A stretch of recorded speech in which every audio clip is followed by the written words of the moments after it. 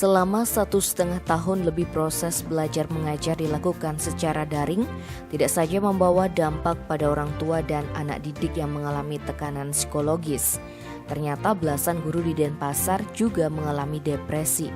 Menurut spesialis kedokteran jiwa dan juga psikiater di Rumah Sakit Umum Daerah Wangaya, Dr. Igusti Raiputra Wiguna, selama masa pandemi COVID-19 ada 18 guru yang menjadi pasien Poliklinik Kesehatan Jiwa RSUD Wangaya lantaran stres.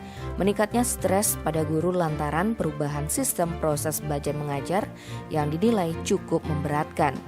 Para guru yang datang ke poliklinik ini adalah mereka yang mengalami depresi akibat proses adaptasi yang harus dilakukan ketika adanya perubahan sistem mengajar. Untuk rentan usia, Dr. Rai mengatakan tidak saja berasal dari kalangan guru senior dengan rentan usia 40 tahun ke atas, namun juga kalangan guru yang berusia di bawah 35 tahun. Untuk yang di bawah 35 tahun ini, permasalahan utamanya adalah tidak adanya komunikasi yang baik dengan anak didik. Dari tingkatan sekolah, rata-rata guru yang mengalami depresi ini merupakan tenaga pendidik di sekolah dasar dan guru SMP, sedangkan guru SMA belum ada. Selain depresi karena perubahan sistem mengajar, Dr. Rai mengakui ada juga guru yang mengalami depresi karena penghasilannya dipotong selama pandemi COVID-19. Untuk kasus ini biasanya dialami guru sekolah swasta.